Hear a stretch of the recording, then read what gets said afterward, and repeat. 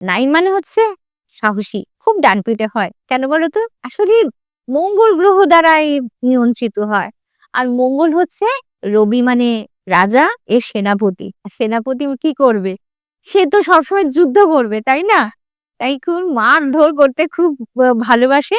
এরা না আ স্পোর্টস, হুম? যেকোনো স্পোর্টস এ অ্যা খুব সফল হয়। এরা কিন্তু ন্যায়পরায়ণ হয়। মিথ্যা কথা পছন্দ করে না। আর ক্ষমাশীলও হয়। এরা কি করে কেন দেখো একটা সেনাপতি কি কোয়ালিটি থাকে বলো? একটা সেনাপতি কি করে? যুদ্ধ করে। তাহলে যুদ্ধ করতে গেলে তো তার মাথা ঠান্ডা রাখতে হবে, তাই না?